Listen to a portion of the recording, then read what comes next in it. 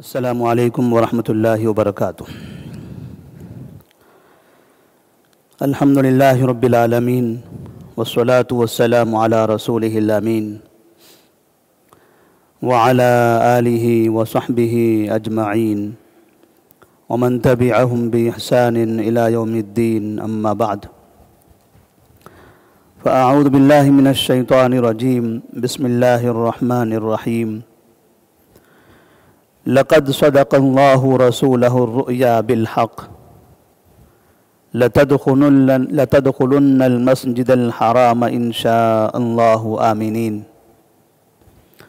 محلقین رؤوسکم ومقصرین لا تخافون فعلم ما لم تعلموا فجعل من دون ذلك فتحا قریبا۔ سیرت النبی صلی اللہ علیہ وسلم کے سلسلے دروس میں آج کے درس کا عنوان جس وقت کا نبی کریم صلی اللہ علیہ وسلم کو بڑے دنوں سے انتظار تھا، بڑی تکالیف اور مصیبتوں کے بعد نبی کریم صلی اللہ علیہ وسلم کو مسلمانوں کی کامیابی اور مسلمانوں کا غلبہ جو دکھائی دیا، تو ایسی صورت میں اللہ تبارک و تعالیٰ نے نبی کریم صلی اللہ علیہ وسلم کو ایک خواب دکھایا۔ تو آج کے درس کا عنوان ہوگا نبی صلی اللہ علیہ وسلم کا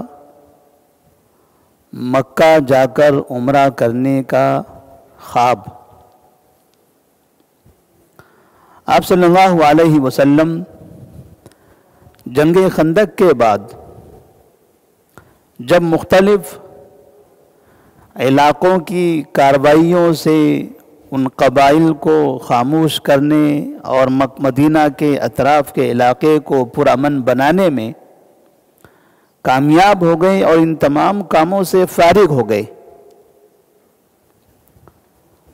تو ہجرت کے 6 سال ذی قعدہ کا مہینہ شروع ہو رہا تھا کہ اس وقت آپ صلی اللہ علیہ وسلم نے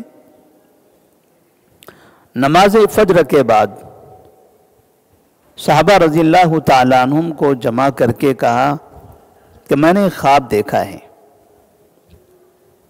آپ صلی اللہ علیہ وسلم روزانہ یا وقتاً فوقتاً صبح صحابہ رضی اللہ تعالیٰ عنہم سے خواب سنا کرتے تھے کہ کسی نے کوئی خواب دیکھا ہو تو بتائیں، ہم اس کی تعبیر بتائیں گے۔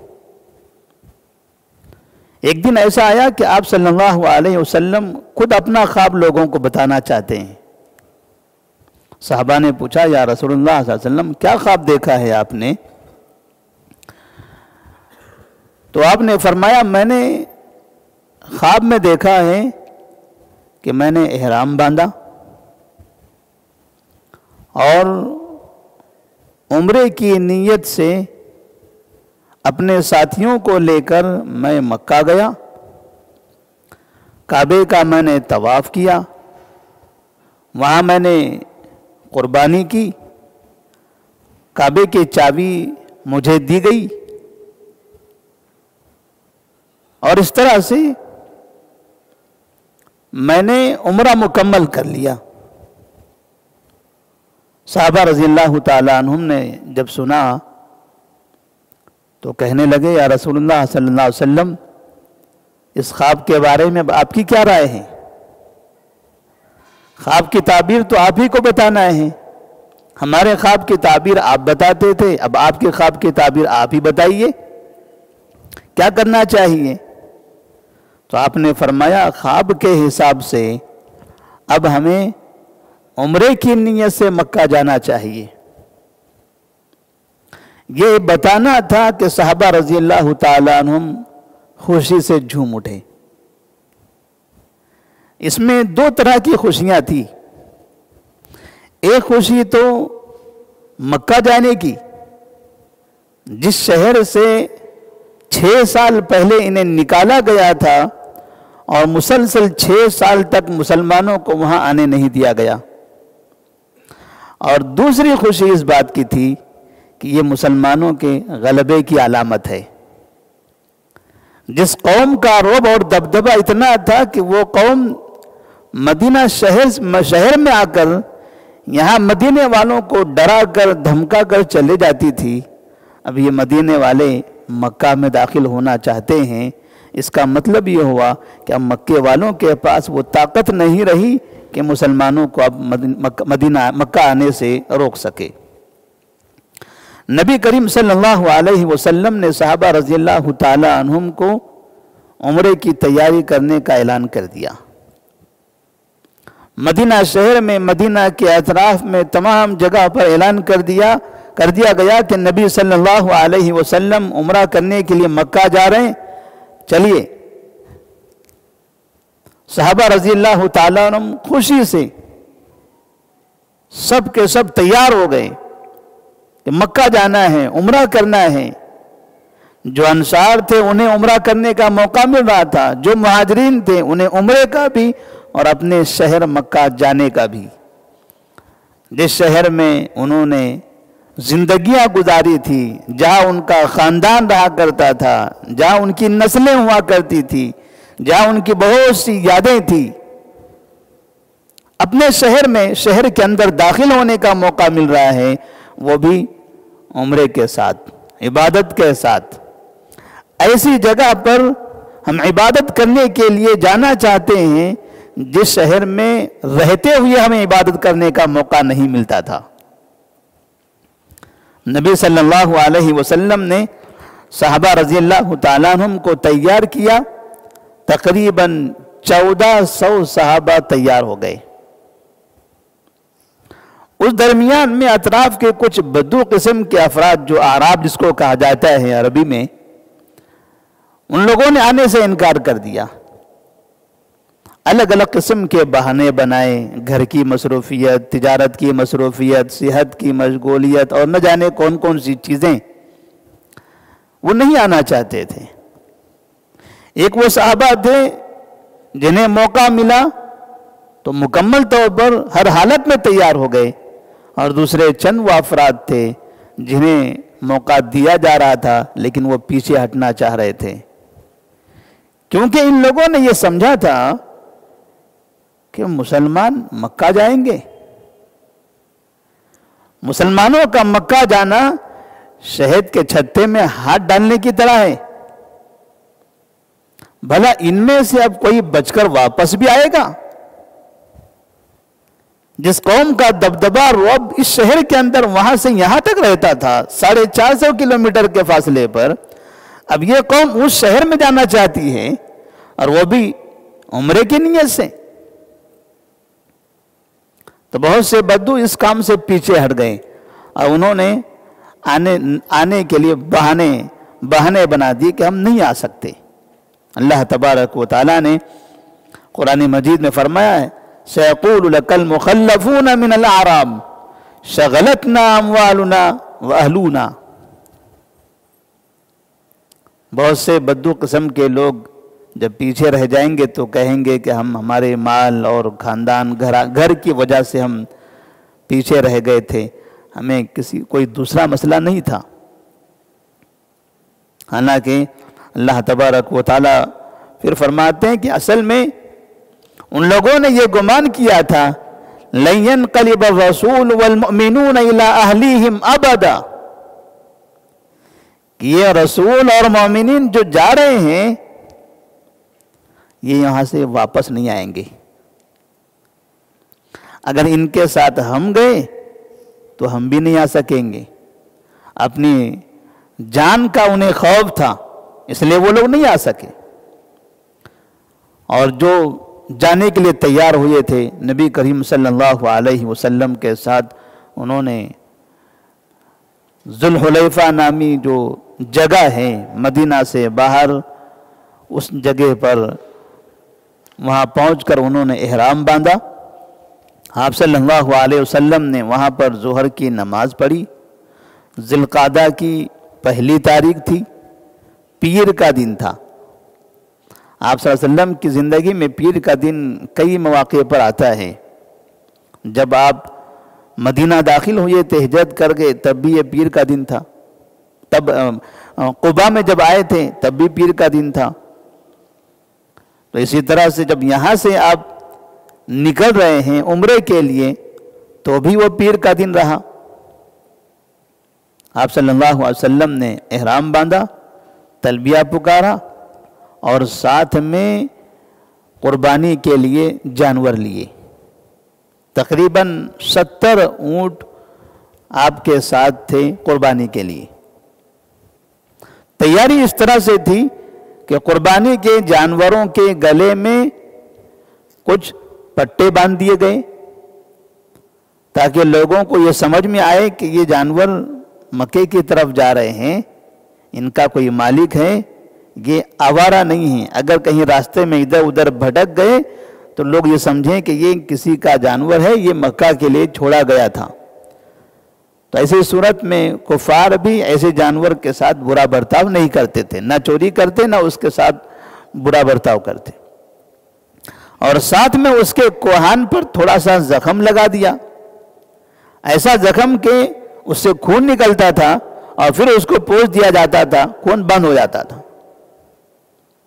وہ نشانی دیکھ کر بھی لوگ یہ سمجھتے کہ یہ جانور کسی حاجی کا ہے جو مکہ میں قربانی کے لیے چھوڑا گیا، یا کسی عمرہ کرنے والے کا ہے جو مکہ لے جا رہا ہے یا لے جا رہا تھا اور کہیں راستے میں بھٹک گیا۔ بہرحال یہ عبادت کے لیے ہے۔ تو اس طرح سے آپ نے جانوروں پر یہ نشانی لگا دی۔ اس کا ایک مقصد یہ بھی تھا کہ راستے میں جب بھی کوئی ملے تو اسے یہ سمجھ میں آئے کہ 1400 افراد جو مدینہ سے نکلے ہیں یہ مکہ کی طرف جنگ کرنے کے لیے نہیں جا رہے ہیں، ان کا مقصد عمرہ کرنا ہے، اور دیکھیں عبادت کے لیے یہ قربانی کے طور پر یہ جانور لے جائے جا رہے ہیں۔ ساتھ میں آپ نے یہ بھی اعلان کر دیا تھا کہ لوگ جنگ کے ہتھیار لے کر نہیں چلیں گے، صرف ایک ہتھیار ہوگا ان کا اپنا، وہ بھی نیام میں بند رہے گا، کھلی تلواریں کھلے خنجر ایسے نہیں رکھیں گے، جو بھی ہوں گے سب بند رہیں گے۔ آپ صلی اللہ علیہ وسلم اپنے ساتھ ام سلمہ رضی اللہ تعالیٰ عنہ کو لے کر چلتے ہیں۔ آپ کا یہ طریقہ تھا کہ جب بھی آپ سفر کرتے تھے تو آپ صلی اللہ علیہ وسلم اپنی بیویوں میں قرعہ کرتے تھے، قرعہ نکالتے تھے، اور جس کے نام کا قرعہ نکل جاتا تھا اس بیوی کو اپنے ساتھ سفر میں لے چلتے تھے۔ تو اس سفر میں ام سلمہ رضی اللہ تعالیٰ عنہ آپ کے ساتھ تھی۔ مکہ سے یہ قافلہ نکل پڑا، مقصد تھا مکہ میں جا کر عمرہ کرنا۔ جاتے ہوئے آپ نے راستے میں آگے کی خبریں لانے کے لیے باقاعدہ ایک ٹیم بنائی، جس میں بشر بن سفیان الخزاعی رضی اللہ تعالیٰ عنہ کو چند افراد کے ساتھ آگے بھیج دیا کہ آپ آگے جائیں اور راستہ معلوم کرتے رہیں، راستے میں جو قبائل ہیں ان کی خبریں لیتے رہیں، اور آنے جانے والوں سے مکے والوں کی خبریں لیں، کہیں ایسا تو نہیں کہ ہم نکلے ہیں اور راستے میں کہیں لوگ ہمیں روکنے کی کوشش کر رہے ہیں۔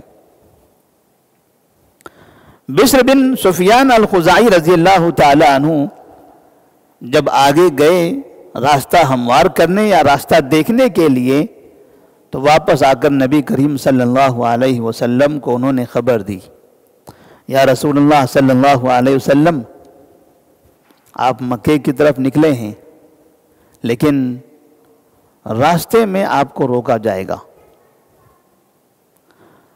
مشرکین نے مکمل تیاری کر لی ہے، کیونکہ انہیں یہ اطلاع مل گئی ہے کہ آپ مکہ میں داخل ہونے والے ہیں، انہیں اس بات کی اطلاع مل گئی ہے کہ آپ کے ساتھ اتنے ساتھی ہیں، آپ عمرہ کرنا چاہتے ہیں، پھر بھی ان لوگوں نے یہ طے کر لیا ہے کہ کسی بھی صورت میں آپ کو مکہ میں داخل ہونے نہیں دیں گے۔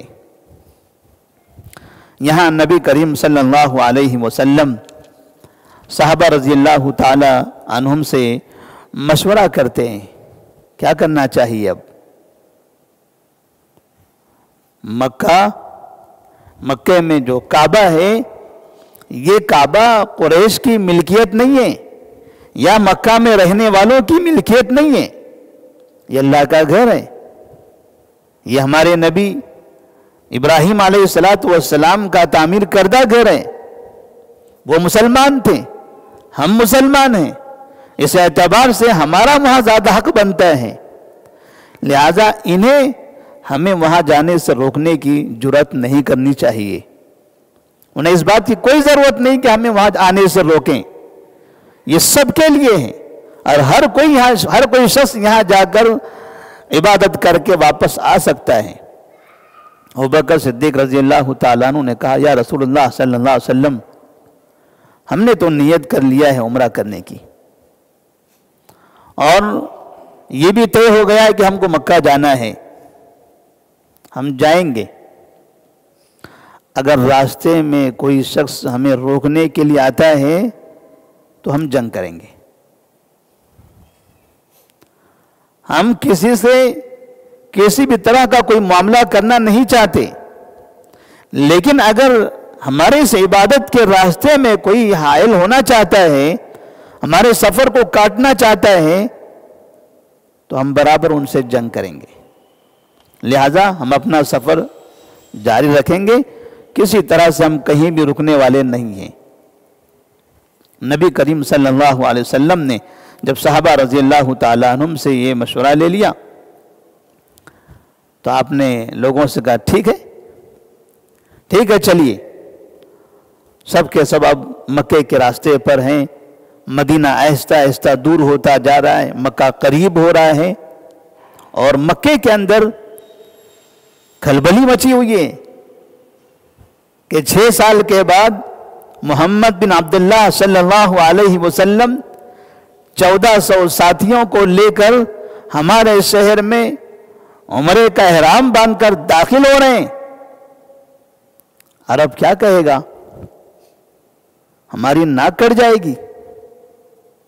اتنے سال سے ہم نے ان کو روکا، اتنی مرتبہ ہم نے ان پر حملہ کیا، ان کو اپنے اس شہر سے نکالا، اب وہ بلا خوف و خطر ہمارے شہر کے اندر داخل ہوں گے اور ہم سے کسی طرح کا کوئی مسئلہ کیے بغیر کعبے کا طواف کر کے واپس چلے جائیں گے۔ لوگ کہیں گے تم تو وہاں جا کر مارنا چاہتے تھے، اب وہ تمہارے شہر میں آ کر طواف کر کے چلے گئے، تم کچھ نہیں کر سکے۔ یہ ہماری عزت کا مسئلہ ہے، لہذا ہر حالت میں مدینے والوں کو مکہ میں داخل ہونے سے روکنا ہے۔ ان کی طرف سے یہ مکمل اس بات پر اتفاق ہو گیا۔ نبی کریم صلی اللہ علیہ وسلم ان ساری چیزوں سے قطع نظر کرتے ہوئے اب آگے بڑھتے ہوئے چلے جاتے ہیں۔ اب راستے میں آ جانے کے بعد وہاں کس طرح کا معاملہ ہوتا ہے، مکہ والے کیسے روکنے کی کوشش کرتے ہیں، اور مدینے والے مکہ میں داخل ہونے کے لیے کیا طریقہ اپناتے ہیں، انشاءاللہ وہ آگے کے درس میں بتایا جائے گا۔ تو یہ ہجرت کا 6واں سال تھا۔ نبی کریم صلی اللہ علیہ وسلم نے خواب دیکھنے میں بھی 6 سال لگائے۔ 6 سال تک مسلسل آپ کو اس طرح کبھی خواب نہیں آیا، کیونکہ اس سے پہلے وہاں کے حالات ایسے نہیں تھے۔ اگر آپ خواب دیکھتے اور خواب دیکھ کر آپ مکہ جانا بھی چاہتے تھے تو تھوڑے سے مسائل ہو سکتے تھے، لیکن آپ نے فرمایا تھا جنگ خندق میں الآن نغزوہم ولا یغزوننا، اب وہ لوگ ہمارے پاس کبھی نہیں آئیں گے۔ خندق کے وقت میں ان کا آنا یہ آخری مرتبہ کا تھا، اب اس کے بعد وہ کبھی مدینہ کا رخ نہیں کر سکتے، لیکن اتنا تو طے ہے کہ اب یہاں سے ہم مکے کا رخ کرتے رہیں گے، اور اس کی یہ شروعات تھی۔